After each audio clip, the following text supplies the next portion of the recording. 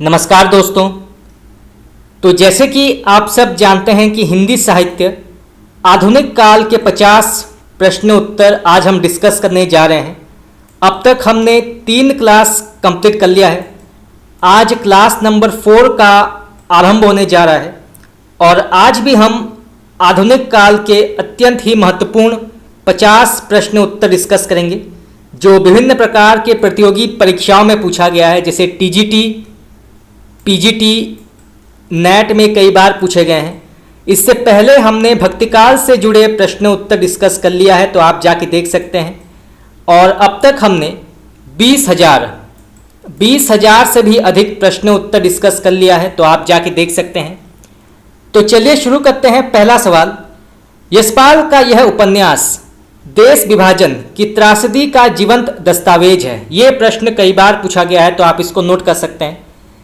तो यशपाल का यह उपन्यास भारत विभाजन की त्रासदी का जीवंत दस्तावेज है। तो इसका सही उत्तर होगा आपका ऑप्शन नंबर ए, झूठा सच। तो आपका ए ऑप्शन बिल्कुल यहाँ पे सही है। और यहाँ से यह भी प्रश्न पूछा जा सकता है कि झूठा सच ये किस प्रकार के साहित्य रूप या किस प्रकार के साहित्य विधा के अंतर्गत आती है। तो ये आती है उपन्यास के अंतर्गत, और इसमें जो है देश विभाजन की त्रासदी का जीवंत दस्तावेज इसको कहते हैं। तो यहाँ से 2 प्रकार के प्रश्न पूछे जा सकते हैं। चलिए आगे बढ़ते हैं। महावीर प्रसाद द्विवेदी ने अर्थशास्त्र विषय से संबंधित पुस्तक कौन सी लिखी है। तो महावीर प्रसाद द्विवेदी ने अर्थशास्त्र विषय से संबंधित कौन सी पुस्तक लिखी है। तो इसका सही उत्तर होगा आपका ऑप्शन नंबर डी, संपत्ति शास्त्र। तो आपका डी ऑप्शन बिल्कुल यहाँ पे सही है। चलिए आगे बढ़ते हैं। डॉक्टर विश्वनाथ त्रिपाठी की व्योमकेश दरवेश किस विद्वान की जीवनी है जिसे वे उनका पुण्य स्मरण कहते हैं। तो डॉक्टर विश्वनाथ त्रिपाठी की व्योमकेश दरवेश किस विद्वान की जीवनी है जिसे वे उनका पुण्य स्मरण कहते हैं। तो इसका सही उत्तर होगा आपका ऑप्शन नंबर बी, आचार्य हजारी प्रसाद द्विवेदी। तो आपका बी ऑप्शन बिल्कुल यहाँ पे करेक्ट है, आचार्य हजारी प्रसाद द्विवेदी। जूठन ओम प्रकाश वाल्मीकि कृत रचना किस साहित्य के अंतर्गत आता है। यह प्रश्न भी कई बार पूछा गया है। तो जूठन ओम प्रकाश वाल्मीकि कृत रचना किस साहित्य के अंतर्गत आता है। तो इसका सही उत्तर होगा आपका ऑप्शन नंबर बी, दलित विमर्श। तो आपका बी ऑप्शन बिल्कुल यहाँ पे सही है। और यहाँ से यह भी प्रश्न पूछा जा सकता है कि जूठन के लेखक कौन है। तो वो है ओम प्रकाश वाल्मीकि, और ये किस प्रकार की रचना है। तो ये जो है दलित विमर्श पर आधारित रचना है। तो यहाँ से 2 प्रकार के प्रश्न पूछे जा सकते हैं। सूची 1 में उपन्यास और सूची 2 में उपन्यासकारों के नाम दिए गए हैं, तो इनको मिलान करना है। तो सबसे पहले आता है नाच्यो बहुत गोपाल। इसके लेखक कौन है, नाच्यो बहुत गोपाल। तो इसके लेखक हैं अमृतलाल नागर। गढ़कुंडार, इसके लेखक हैं वृंदावन लाल वर्मा। सोया हुआ जल, इसके लेखक हैं सर्वेश्वर दयाल सक्सेना। और तट की खोज, इसके लेखक हैं हरिशंकर परसाई। तो आपका डी ऑप्शन बिल्कुल यहाँ पे सही है। हरिशंकर परसाई एक व्यंग लेखक माने जाते हैं। तो यहाँ से कई बार प्रश्न पूछा जाता है कि हरिशंकर परसाई किस प्रकार के लेखक हैं। तो वो जो है एक व्यंग लेखक माने जाते हैं। चलिए आगे बढ़ते हैं। सूची 1 में उपन्यास और सूची 2 में उनके रचनाकारों के नाम दिए गए हैं, तो इनको मिलान करना है। तो सबसे पहले आता है ध्रुत रसिक लाल। इसके लेखक कौन है। तो इसके लेखक हैं लज्जाराम शर्मा मेहता। इसके बाद भूतनाथ, इसके लेखक हैं देवकी नंदन खत्री। नूतन ब्रह्मचारी, इसके लेखक हैं बालकृष्ण भट्ट। और एक शुभ्र पुरुष, इसके लेखक हैं श्रद्धाराम फिल्लोरी। तो आपका सी ऑप्शन बिल्कुल यहाँ पे सही है। सूची 1 में एकांकी और सूची 2 में एकांकीकारों के नाम दिए गए हैं, तो इनको मिलान करना है। तो सबसे पहले आता है श्यामा। इसके लेखक कौन है, श्यामा। तो इसके लेखक हैं भुवनेश्वर। दीपदान, इसके लेखक हैं डॉक्टर रामकुमार वर्मा। अंजो दीदी, इसके लेखक हैं अज्ञेय। और प्रायश्चित, इसके लेखक हैं सेठ गोविंद दास। तो आपका ए ऑप्शन बिल्कुल यहाँ पे करेक्ट है। चलिए आगे बढ़ते हैं। सूची 1 में प्रमुख नाटक और सूची 2 में नाटककारों के नाम दिए गए हैं, तो इनको मिलान करना है। तो सबसे पहले आता है सांपों की सृष्टि। तो सांपों की सृष्टि, इसके लेखक कौन है? तो इसके लेखक हैं हरिकृष्ण प्रेमी। राक्षस का मंदिर, इसके लेखक हैं लक्ष्मी नारायण मिश्र। इसके बाद डॉक्टर, इसके लेखक हैं विष्णु प्रभाकर। और फिर आते हैं 8वां सर्ग, इसके लेखक हैं सुरेंद्र वर्मा। तो आपका डी ऑप्शन बिल्कुल यहां पे करेक्ट है। चलिए आगे बढ़ते हैं। निम्न में से कौन सा नाटक लक्ष्मी नारायण लाल का नहीं है? तो इनमें से कौन सा नाटक लक्ष्मी नारायण लाल का नहीं है? तो इसका सही उत्तर होगा आपका ऑप्शन नंबर बी, सन्यासी। तो आपका बी ऑप्शन बिल्कुल यहाँ पे सही है। बाकी मादा कैक्टस, सूखा सरोवर और मिस्टर अभिमन्यु, इसके लेखक हैं लक्ष्मी नारायण लाल।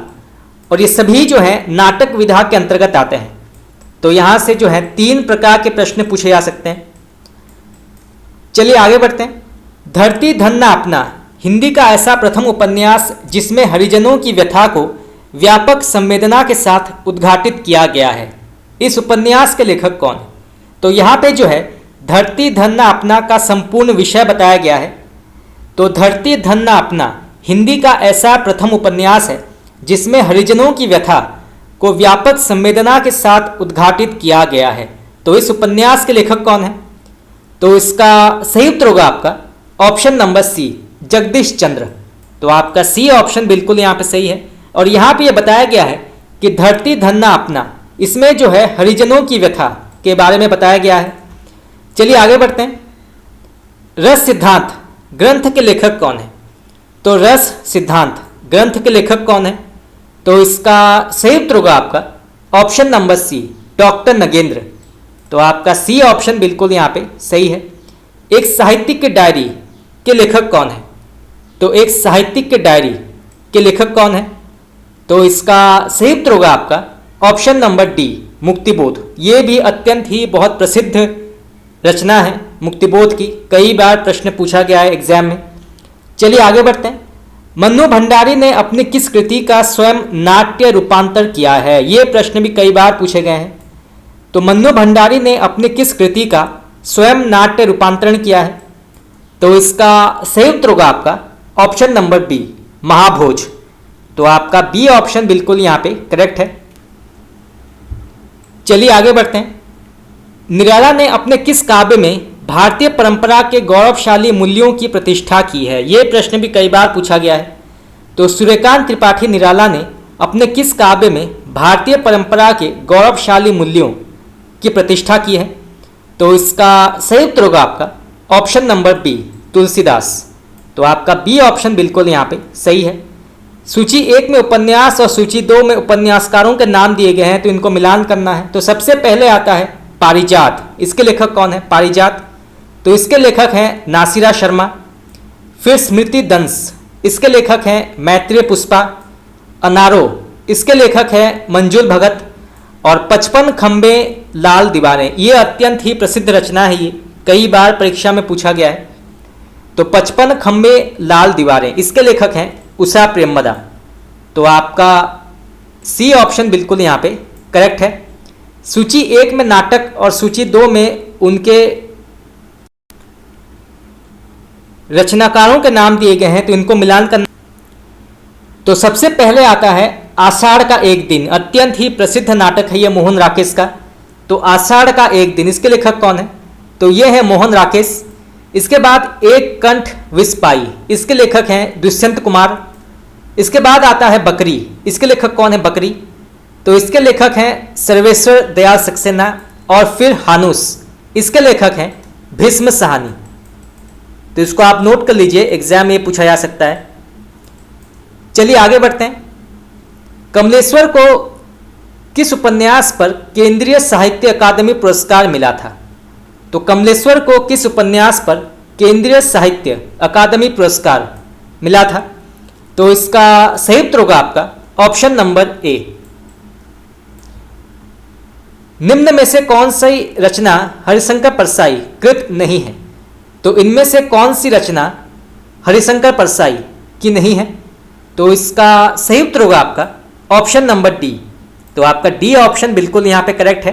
बाकी भूत के पांव, विकलांग श्रद्धा का दौर और पगडंडियों का जमाना, इसके लेखक हैं हरिशंकर परसाई। तो इसको आप नोट कर लीजिए, एग्जाम में ये पूछा जा सकता है। कई बार जो है ये प्रश्न पूछा गया है, विकलांग श्रद्धा का दौर, इसके लेखक कौन है? तो वो हैं हरिशंकर परसाई। चलिए आगे बढ़ते हैं। मोहन राकेश द्वारा रचित नाटक आधे अधूरे के विषय में निम्न में से कौन सा कथन असंगत है? तो यहाँ पे कौन सा ऑप्शन जो है वो गलत है आधे अधूरे के संदर्भ में? तो इसका सही उत्तर होगा आपका ऑप्शन नंबर डी। सन 1959 में इसे संगीत नाटक अकादमी का प्रथम पुरस्कार प्राप्त हुआ था। ये बिल्कुल गलत है। बाकी आधे अधूरे नाटक की सावित्री के दुख का कारण स्वयं की मानसिकता है, ये बिल्कुल सही है। ये स्वतंत्र भारत का प्रथम नाटक है, ये भी बिल्कुल सही है। और इसमें मध्यम वर्गीय परिवार की छटपटाहट देखने को मिलती है, ये भी बिल्कुल सही है। परंतु आपका डी ऑप्शन यहाँ पे गलत है। आधे अधूरे के जो पात्रों के नाम हैं ये अत्यंत ही प्रसिद्ध हैं, कई बार एग्जाम में पूछा जाता है। जैसे सावित्री, महेंद्रनाथ, ये भी एक बहुत ही प्रसिद्ध पात्र है। इसके अलावा बड़ी लड़की, छोटी लड़की, तो यहाँ से जो है प्रश्न कई बार पूछे जाते हैं। चलिए आगे बढ़ते हैं। मोहन राकेश कृत पैरों तले की जमीन को उनकी नोटिंग के आधार पर पूरा करने वाले लेखक कौन है? तो मोहन राकेश कृत पैरों तले की जमीन को उनकी नोटिंग के आधार पर पूरा करने वाले लेखक कौन है? तो इसका सही उत्तर होगा आपका ऑप्शन नंबर ए। विशिष्ट शैलीकार होने के कारण राम वृक्ष बेनीपुरी को क्या कहा जाता है? तो विशिष्ट शैलीकार होने के कारण राम वृक्ष बेनीपुरी को क्या कहा जाता है? तो इसका सही उत्तर होगा आपका ऑप्शन नंबर बी, कलम का जादूगर। तो कलम का जादूगर कहा जाता है। तो आपका बी ऑप्शन बिल्कुल यहाँ पे करेक्ट है। कृष्णा सोबती ने अपने संस्मरणों में स्वयं को किस नाम से उपस्थित किया है? तो कृष्णा सोबती ने अपने संस्मरणों में स्वयं को किस नाम से उपस्थित किया है? तो इसका सही उत्तर होगा आपका ऑप्शन नंबर सी, हसमत। तो आपका सी ऑप्शन बिल्कुल यहाँ पे करेक्ट है। चलिए आगे बढ़ते हैं। महावीर प्रसाद द्विवेदी ने अर्थशास्त्र विषय से संबंधित कौन सी पुस्तक लिखी है? यह हम पहले पढ़ चुके हैं। इसका सही उत्तर होगा आपका ऑप्शन नंबर डी, संपत्ति शास्त्र। आधुनिक कवियों में फैंटेसी के प्रयोग के लिए कौन सा कवि विख्यात है?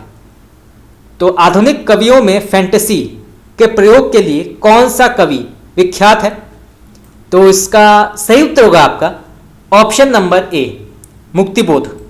तो आपका ए ऑप्शन बिल्कुल यहाँ पे सही है। मुक्तिबोध की अधिकतर रचनाएं जो हैं वो फैंटेसी पर आधारित है, जैसे अंधेरे में और ब्रह्म राक्षस, ये जो है सभी फैंटेसी पर आधारित रचनाएं हैं।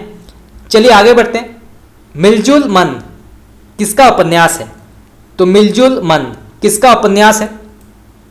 तो इसका सही उत्तर होगा आपका option number B, Mridula Garg. तो आपका बी ऑप्शन बिल्कुल यहाँ पे सही है, मृदुला गर्ग। और यहाँ से यह भी प्रश्न पूछा जा सकता है कि मिलजुल मन ये किस प्रकार के साहित्य विधा के अंतर्गत आती है? तो ये आती है उपन्यास के अंतर्गत। चलिए आगे बढ़ते हैं। मुझे चांद चाहिए उपन्यास के लेखक कौन है? तो मुझे चांद चाहिए उपन्यास के लेखक कौन है? तो इसका सही उत्तर होगा आपका option number C, Surendra Verma. तो आपका सी ऑप्शन बिल्कुल यहाँ पे करेक्ट है।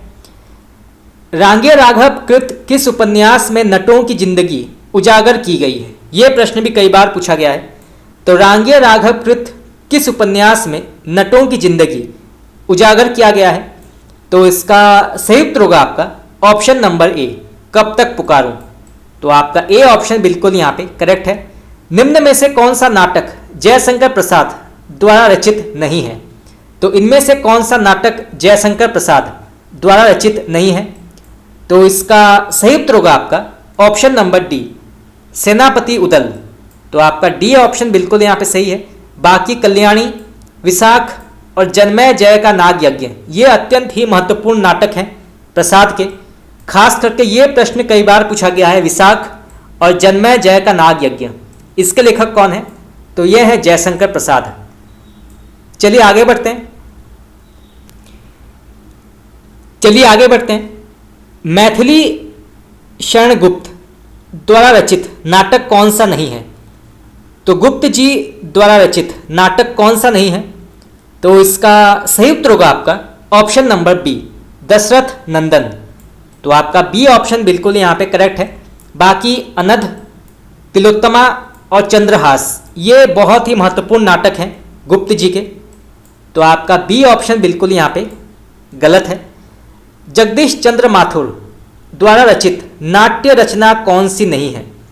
तो जगदीश चंद्र माथुर द्वारा रचित नाटक कौन सा नहीं है? तो इसका सही उत्तर होगा आपका ऑप्शन नंबर सी, सगुन पंछी। तो आपका सी ऑप्शन बिल्कुल यहाँ पे सही है।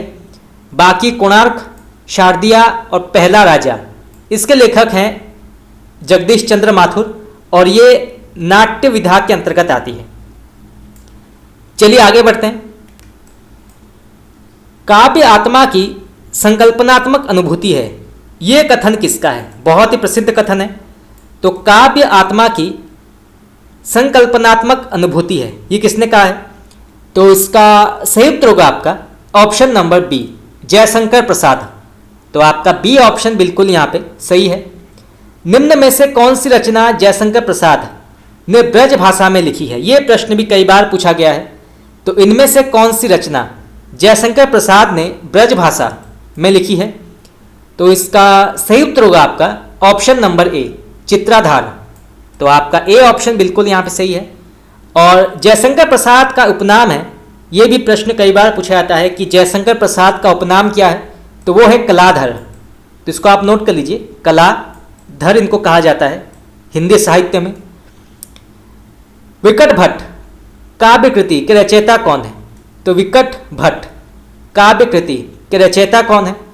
तो इसका सही उत्तर होगा आपका option number A, Maithili Sharan Gupt. तो आपका ए ऑप्शन बिल्कुल यहाँ पे सही है। इसके लेखक हैं गुप्त जी और ये काव्य कृति के अंतर्गत आती है। चलिए आगे बढ़ते हैं। मैथिली शरण गुप्त की रचनाओं का प्रकाशन वर्ष के आधार पर सही अनुक्रम क्या है? तो गुप्त जी की रचनाओं का प्रकाशन वर्ष के अनुसार सही अनुक्रम क्या है बताना है। तो पहले कौन सी रचना आई थी, उसके बाद कौन सी आई थी, ये जानना आवश्यक है। तो सबसे पहले प्रकाशित हुई थी भारत भारती, इसके बाद साकेत, फिर यशोधरा और फिर द्वापर। तो आपका सी ऑप्शन बिल्कुल यहाँ पे सही है। पहले प्रकाशित हुई थी भारत भारती, इसके बाद साकेत, फिर यशोधरा और फिर द्वापर। चलिए आगे बढ़ते हैं। सूची 1 में प्रसिद्ध कविताएं और सूची 2 में उनके रचनाकारों के नाम दिए गए हैं, तो इनको मिलान करना है। तो सबसे पहले आता है वन मिलन, इसके लेखक कौन है? वन मिलन। तो इसके लेखक हैं जयशंकर प्रसाद।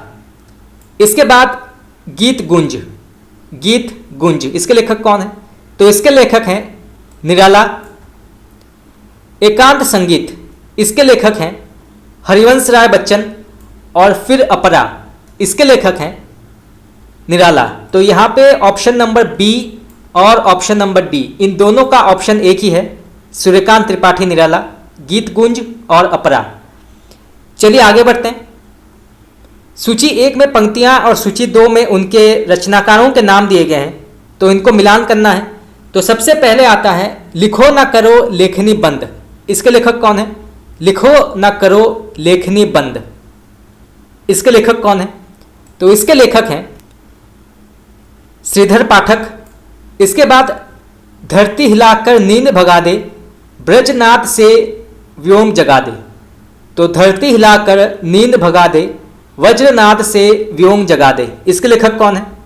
तो इसके लेखक हैं नाथुराम शर्मा शंकर। इसके बाद चातक खड़ा चोंच खोले, संपुट खोले सीप खड़ी, इसके लेखक कौन है? तो इसके लेखक हैं मैथिली शरण गुप्त और इसके बाद सारे देव वृंद से खींचकर देवराज के नयन हजार, कामदेव पर बड़े चाव से आकर पड़े एक ही बार। इसके लेखक हैं महावीर प्रसाद द्विवेदी। तो आपका बी ऑप्शन बिल्कुल यहाँ पे सही है। चलिए आगे बढ़ते हैं। निम्न में से जयशंकर प्रसाद की कौन सी काव्य स्मृति काव्य है? तो निम्न में से जयशंकर प्रसाद की कौन सी काव्य स्मृति काव्य है? तो इसका सही उत्तर होगा आपका ऑप्शन नंबर टी, आंसू।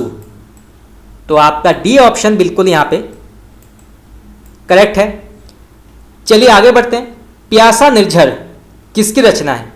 तो प्यासा निर्झर किसकी रचना है? तो इसका सही उत्तर होगा आपका option number D, Narendra Sharma. तो आपका डी ऑप्शन बिल्कुल यहाँ पे सही है। हिंदी में मधुकाव्य का जनक किसे माना जाता है? ये प्रश्न कई बार पूछा गया है, तो आप इसको नोट कर सकते हैं। तो हिंदी में मधुकाव्य का जनक किसे माना जाता है? तो इसका सही उत्तर होगा आपका option number B, Harivansh Rai Bachchan. तो आपका बी ऑप्शन बिल्कुल यहाँ पे सही है। इन्होंने मधुबाला, मधुकलश, मधुशाला अत्यंत ही महत्वपूर्ण रचनाएं लिखी हैं। तो यहाँ से जो है प्रश्न पूछा जा सकता है। चलिए आगे बढ़ते हैं। आओ रानी हम ढोए पालकी नामक प्रसिद्ध कविता के रचनाकार कौन है? तो आओ रानी हम ढोए पालकी नामक प्रसिद्ध कविता के रचनाकार कौन है? तो इसका सही उत्तर होगा आपका ऑप्शन नंबर ए, नागार्जुन। तो आपका ए ऑप्शन बिल्कुल यहाँ पे सही है। चलिए आगे बढ़ते हैं। भारतेंदु द्वारा सर्वप्रथम 1868 में बांग्ला में किस नाटक का अनुवाद किया गया था? तो भारतेंदु द्वारा सर्वप्रथम 1868 में बांग्ला के किस नाटक का अनुवाद किया गया था? तो इसका सही उत्तर होगा आपका ऑप्शन नंबर ए, विद्या सुंदर। तो आपका ए ऑप्शन बिल्कुल यहाँ पे करेक्ट है। विशिष्ट निबंधकार होने के कारण शिव पूजन सहाय को क्या कहा जाता है? तो विशिष्ट निबंधकार होने के कारण शिव पूजन सहाय को क्या कहा जाता है? तो इसका सही उत्तर होगा आपका ऑप्शन नंबर ए, भाषा का जादूगर। तो आपका ए ऑप्शन बिल्कुल यहाँ पे सही है। मेरे बचपन के दिन की लेखिका कौन है? तो मेरे बचपन के दिन की लेखिका कौन है? तो इसका सही उत्तर होगा आपका,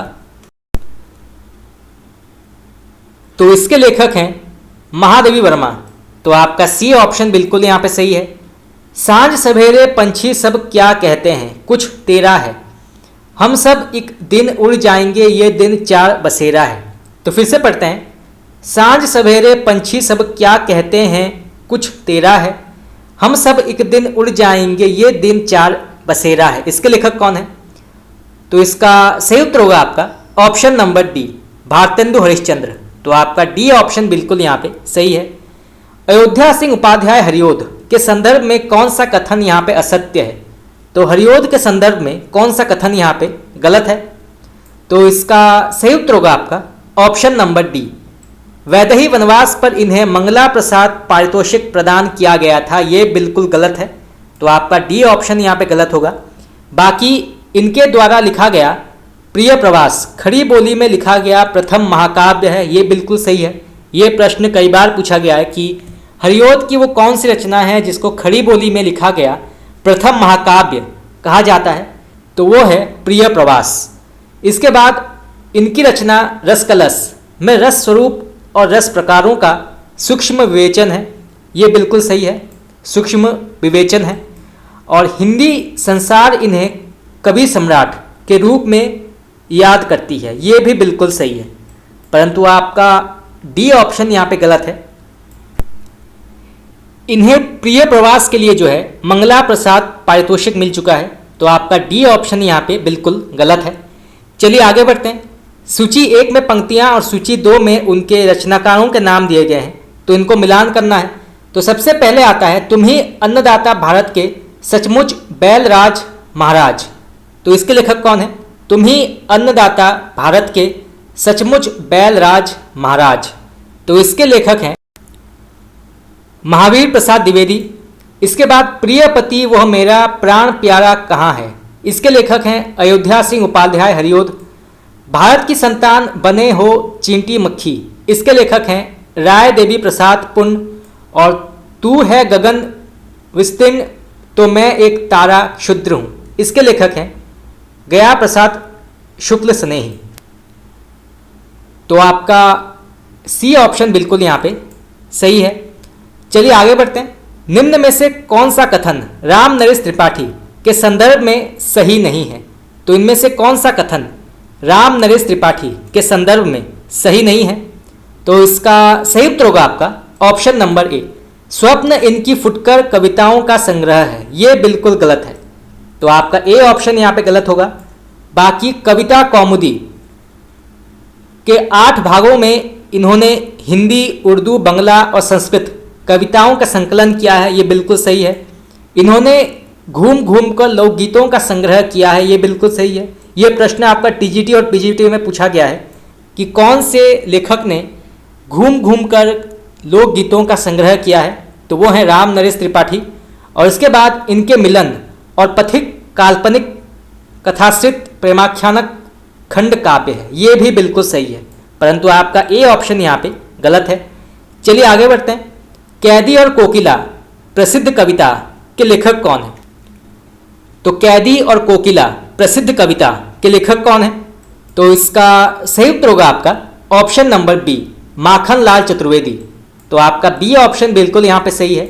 और यहाँ से यह भी प्रश्न पूछा जा सकता है कि कैदी और कोकिला ये किस प्रकार की विधा के अंतर्गत आती है? तो ये कविता के अंतर्गत आती है। चलिए आगे बढ़ते हैं। माखन लाल चतुर्वेदी के संदर्भ में असत्य विकल्प या असत्य कथन कौन सा है? तो माखन लाल चतुर्वेदी के संदर्भ में असत्य कथन कौन सा है? तो इसका सही उत्तर होगा आपका ऑप्शन नंबर सी, आरंभ में ये क्रांति के दर्शन से प्रभावित हुए जो अंत तक बना रहा। ये बिल्कुल गलत है, तो आपका सी ऑप्शन यहाँ पे गलत होगा। बाकी अपने जीवन का आरंभ इन्होंने एक अध्यापक के रूप में किया था, ये बिल्कुल सही है। इन पर सैयद अमीर अली मीर, स्वामी रामतीर्थ और माधवराव सप्रे का विशेष प्रभाव था, ये भी बिल्कुल सही है। और इनका उपनाम एक भारतीय आत्मा भी माना जाता है, ये भी बिल्कुल सही है, परंतु आपका सी ऑप्शन यहाँ पे गलत है।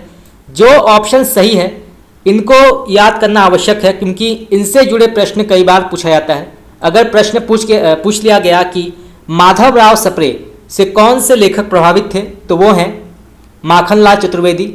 या किसका उपनाम जो है वो एक भारतीय आत्मा है, तो वो है माखनलाल चतुर्वेदी। कौन से लेखक सबसे पहले एक अध्यापक थे, तो वो है माखनलाल चतुर्वेदी। तो यहाँ से कई प्रश्न पूछे जा सकते हैं। चलिए आगे बढ़ते हैं। सूर्यकांत त्रिपाठी निराला की काव्य कृतियों में से कौन सा अनुक्रम सही है? तो इनमें से कौन सा ऑप्शन जो है वो सही है? तो इसका सही उत्तर होगा आपका ऑप्शन नंबर ए, पहले प्रकाशित हुई थी अनामिका, फिर परिमल, फिर गीतिका और फिर तुलसीदास। तो आपका ए ऑप्शन बिल्कुल यहाँ पे सही होगा। पहले प्रकाशित हुई थी अनामिका, फिर परिमल, फिर गीतिका और फिर तुलसीदास। तो ये जो है निराला की काव्य कृतियों का सही अनुक्रम है, तो आपका ए ऑप्शन यहाँ पे करेक्ट होगा। तो फ्रेंड्स आज के लिए इतना ही।